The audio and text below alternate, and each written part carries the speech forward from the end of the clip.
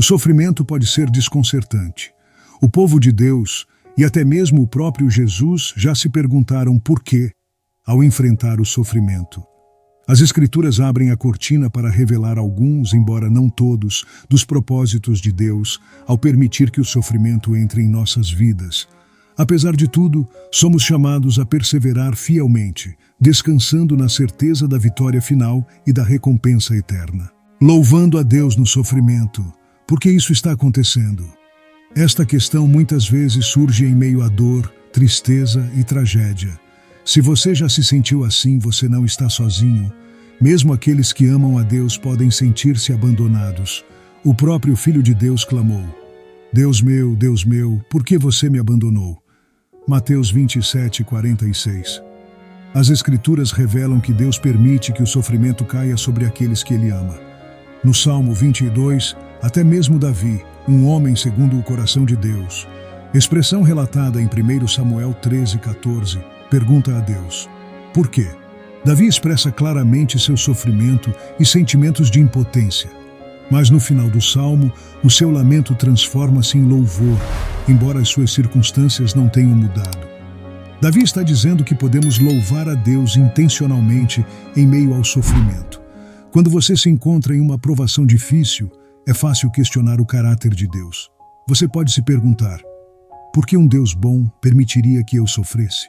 Talvez você até tenha sido tentado a rotular Deus como negligente ou malicioso em meio à sua dor. A Bíblia nos conta uma história diferente. O caráter de Deus é completamente perfeito. Ele sempre age com o melhor interesse em mente. Quando você lembra que Deus é completamente bom e também infinitamente sábio, você começa a entender como, ao longo de toda a Escritura, Ele usa o sofrimento para realizar grandes coisas por meio daqueles que ama. Quando confrontados com provações, podemos seguir o exemplo de Davi, implementando estes 4 passos práticos para a perseverança. Deixe que a Bíblia informe o seu pensamento e concentre-se na sua verdade. Lembre-se da fidelidade passada de Deus para promover a esperança futura. Reconheça sua fraqueza e incapacidade em sua situação atual. Lance suas preocupações sobre Deus em oração, sabendo que Ele é o único capaz de te ajudar. Ao seguir esses passos, seu pensamento será transformado. Você encontrará alegria ao encarar suas provações como uma plataforma para dar glória a Deus. Lembre-se, o sofrimento é temporário. Quer dure algumas horas ou toda a sua vida terrena, você teve a oportunidade de mostrar a grandeza de Deus. Quando você chegar ao fim da sua vida e se preparar para desfrutar a eternidade com Deus, sua chance de mostrar a glória dele na terra acabará. Esta é a sua vocação mais elevada e a sua maior oportunidade. Glorificar a Deus com tudo o que você é. Junte-se a Davi na proclamação da bondade e da glória de Deus através da sua fraqueza hoje. Um vaso único. Deus não está interessado em apoiar os orgulhosos em suas realizações pessoais. Deus tem prazer em demonstrar o seu poder através daqueles que o mundo considera fracos. Você pode se ver em desvantagem devido a alguma fraqueza ou circunstância. Mas Deus criou você intencionalmente para ser um vaso único para demonstrar seu poder. A Bíblia é rica em exemplos de Deus escolhendo fazer coisas maravilhosas por meio daqueles que o mundo não considerava dignos. O Antigo Testamento nos fornece uma ilustração disso na história de Gideão. Deus escolheu a dedo Gideão, um homem não apenas da tribo mais fraca, mas também de menor posição na casa de seu pai, para liderar o exército de Israel.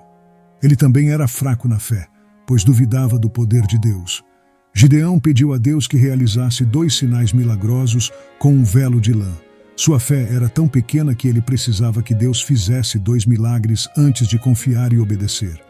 Quando Deus escolheu Gideão, ele tinha um plano específico em mente: usar o vaso mais fraco para realizar uma obra poderosa. Deus metodicamente reduziu o grande exército que Gideão planejava liderar na batalha. Ao final do processo, Deus dispensou a maioria dos 32.000 homens, deixando-o com apenas 300. Israel não podia ousar se gabar de ter vencido a batalha. Parece curioso que Deus tenha escolhido Gideão para ser seu líder neste evento especial da história, quando ele poderia ter escolhido entre os melhores de Israel.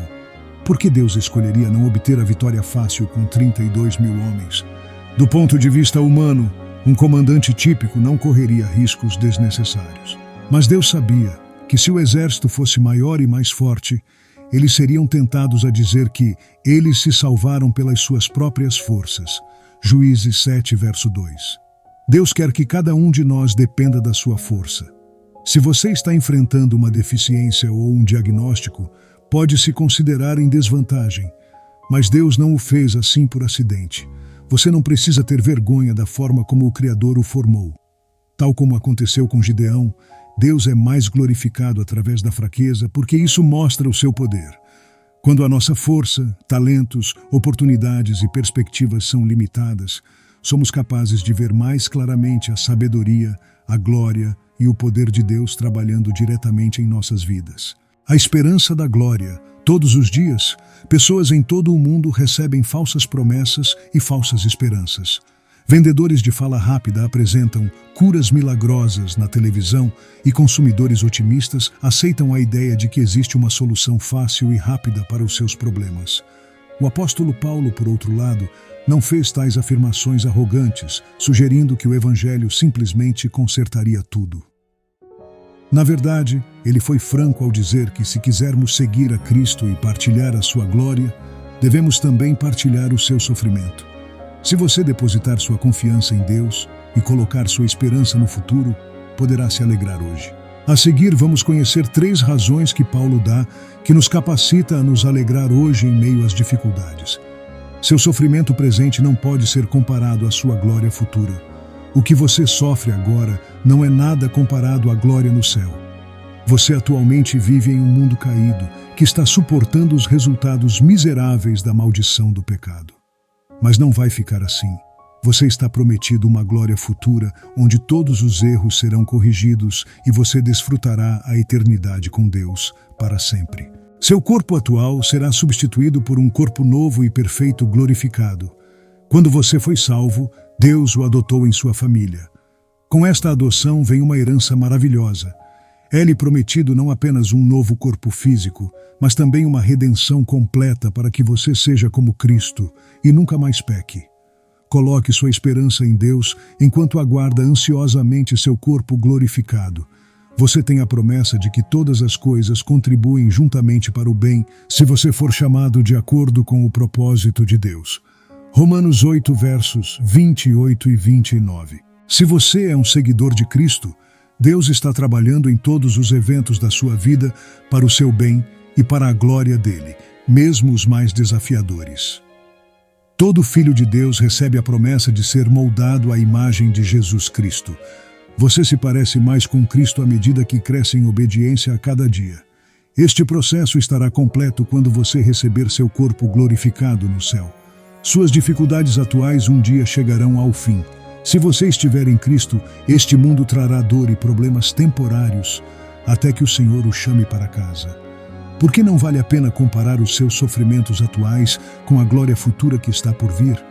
Porque no céu você terá um corpo perfeito de ressurreição e passará a eternidade com Deus. Nosso sábio Pai Celestial, a quem você recorre quando precisa de conselhos. Buscar o conselho de seus pais, amigos ou pastor costuma ser útil. Mas há alguém cuja sabedoria é maior que todas as outras, o próprio Deus. Na passagem de hoje, Deus demonstra que Ele é nosso Pai Celestial Supremo ao nos instruir como viver e fornecer uma estrutura para a compreensão do motivo de nossas provações. Você provavelmente já ouviu uma criança perguntar: "Mamãe, por que isso acontece?" Às vezes um pai frustrado responde rapidamente: "Porque é assim que as coisas são." Felizmente, Deus não responde às nossas perguntas difíceis dessa forma. Como um pai paciente e gentil, Ele dedica tempo para explicar por quê, pelo menos até certo ponto. Em Tiago, capítulo 1, Deus dá respostas a 3 das perguntas mais desafiadoras da vida. Por que passo por provações? As provações oferecem uma oportunidade de testar sua fé para que você se torne espiritualmente maduro. Você deveria até considerar isso como bênçãos e se alegrar, sabendo que está no processo de se tornar mais semelhante a Jesus Cristo. Onde devo obter sabedoria? De Deus. Peça com fé e confiança, e Deus não o repreenderá nem o rejeitará. Como seu Pai Celestial, Ele deseja responder às suas orações e dar generosamente para você. De onde vêm os testes e as tentações? Deus não pode ser tentado nem tentar ninguém. Cada pessoa é tentada pelos seus próprios desejos. Como cristão, você tem o poder de permanecer firme. No final das contas, todos os filhos de Deus receberão a coroa da vida e passarão a eternidade com Ele. Embora seus pais terrenos e seu Pai Celestial compartilhem algumas semelhanças, eles não são iguais. O poder, o amor e o cuidado de Deus vão muito além de qualquer capacidade humana. Seu Pai Celestial é aquele que lhe traz todas as coisas boas da vida. Sua mãe deu à luz você fisicamente, mas Deus é o seu Criador.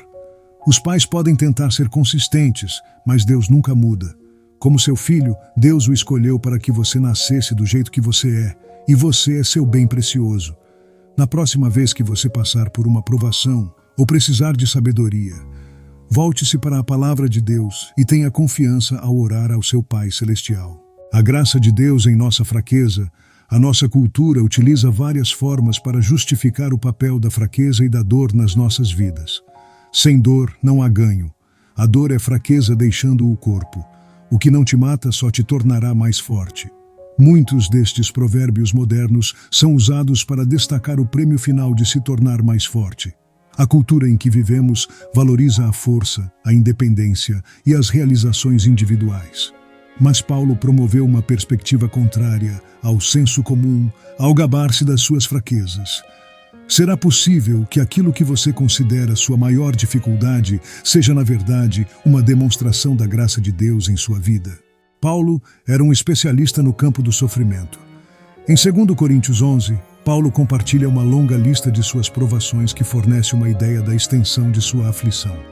Ele recebeu 39 chicotadas 5 vezes, foi espancado 3 vezes com varas, foi apedrejado, ficou encalhado no mar e naufragou em 3 ocasiões distintas. Suportou noites sem dormir, fome, sede e falta de roupas. Tudo porque escolheu seguir Jesus Cristo.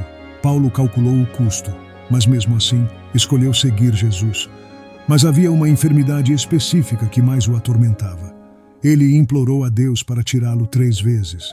Deus tinha o poder de removê-lo, mas ele tinha algo maior em mente. Pense naquilo que lhe traz mais dor e frustração nesta vida. Se Deus estivesse disposto a removê-lo e tirar o seu sofrimento, você pediria a Ele? Paulo sabia que Deus tinha a capacidade de removê-lo. Ele literalmente implorou a Deus que fizesse isso. Mas Deus disse não. Para o benefício de Paulo e nosso, Deus lhe deu uma explicação. Minha graça é tudo o que você precisa. Meu poder se aperfeiçoa na fraqueza. 2 Coríntios 12, 9. O que poderia ter levado Paulo a se gabar de sua fraqueza? Ele confiou na bondade e na sabedoria do plano maior de Deus. Em vez de ficar amargo, ele escolheu concentrar sua mente na obra de Deus em meio ao seu sofrimento. Ao adotar a perspectiva de Deus, Paulo identificou os problemas como uma plataforma pela qual pôde ver o poder onipotente de Deus. Deus nos oferece essas mesmas garantias. Sua graça abundante supera o peso da nossa fraqueza. Esta é a maior razão por trás do seu sofrimento. Abrace a sua fraqueza, sabendo que a sua maior dificuldade é, na verdade, uma exibição da graça de Deus na sua vida. O fruto do sofrimento. Você se considera um privilegiado? Sua resposta a esta pergunta provavelmente depende de como você define vantagem e desvantagem. Talvez você esteja enfrentando lutas e dificuldades. Isso pode incluir doenças, enfermidades, deficiências ou crises financeiras. Apesar dos seus problemas, Deus lhe dá um motivo para se alegrar e se considerar abençoado hoje, ou seja, o maravilhoso fruto do sofrimento. Se você fizesse uma enquete perguntando sobre o que as pessoas mais desejam, a resposta comum provavelmente seria felicidade. O refrão geral das pessoas ao redor do mundo é: tudo o que eu quero é ser feliz. Parece ser um pedido simples. Então, quais são os requisitos necessários para você ser feliz? Você pode ter se pegado dizendo: se ao menos isso acontecesse, eu ficaria feliz. Ou, se Deus simplesmente fizesse isso, eu ficaria satisfeito. Este tipo de pensamento é problemático e até perigoso. Se a felicidade depende de uma vida longa, a pessoa diagnosticada com uma condição terminal viverá em desespero. Se a alegria só for encontrada na cura, a criança com deficiências físicas graves não poderá conhecer nada além da tristeza. Deus, porém, não define esses problemas como o homem o faz. Nesta passagem, Paulo nos ajuda a ver a perspectiva de Deus sobre a felicidade. Se você está em Cristo, você é privilegiado. Os crentes não apenas têm paz com Deus, mas também possuem uma nova perspectiva sobre todos os aspectos da vida. Seu futuro está seguro e você pode esperar compartilhar a glória de Deus. Paulo não evita o problema da dor e do sofrimento. Na verdade, ele faz uma declaração que parece absurda. Você pode se alegrar quando passa por problemas e provações. Isto é possível devido aos resultados que os problemas trazem. O que é esse maravilhoso fruto do sofrimento? É a força de caráter que constrói a confiança na esperança da salvação, que vem quando suportamos as dificuldades. Na próxima vez que você passar por uma provação, considere a paz que você tem agora com Deus. Lembre-se de que o resultado do sofrimento vale a pena. Andar em caminhos dolorosos te leva a este destino. A experiência do sofrimento faz com que você abandone os confortos passageiros da terra e se agarre-se à alegria eterna encontrada em Jesus. Seu futuro está seguro em Cristo e você pode ter confiança sabendo que Deus está trabalhando em sua vida hoje. Delicie-se na certeza desse resultado, que é a esperança celestial. Uma vitória segura, a maioria das pessoas evitaria o sofrimento se tivessem escolha. Saúde e bem-estar são considerados necessidades para uma vida boa. Dessa mentalidade surge o clichê frequentemente usado: bem, pelo menos você tem saúde. Este sentimento bem-intencionado muitas vezes tem como objetivo encorajar aqueles que sofreram uma perda significativa de riqueza material. Mas há alguma esperança ou incentivo para aqueles com problemas de saúde ou deficiências físicas? Sim, há alguém a quem você pode recorrer. Jesus Cristo, que voluntariamente assumiu suas fraquezas e tristezas para que sua vitória fosse garantida. O profeta Isaías pinta um retrato do servo sofredor. Isaías descreve um homem que escolheu carregar suas aflições na cruz, alguém que deliberadamente compartilhou suas fraquezas e enfermidades, que assumiu uma aparência pouco atraente e foi desprezado pelos homens. Este homem acolheu a tristeza e conheceu a dor mais profunda que se possa imaginar, e ele fez isso por sua causa.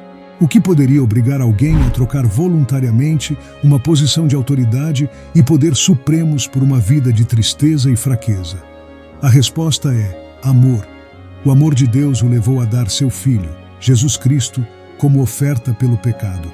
Foi o amor de Deus que trouxe Jesus da sua posição celestial para o seu estado humilde na terra. O amor de Deus se manifesta através de Jesus Cristo, o servo sofredor.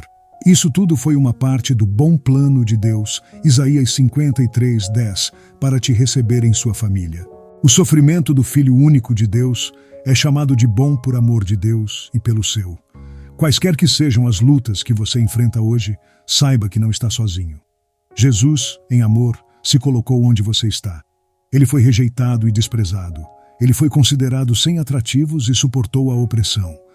Ele nunca teve filhos e até foi rejeitado por membros de sua própria família. No entanto, Deus redimiu o sofrimento de seu filho e ele redimirá o seu.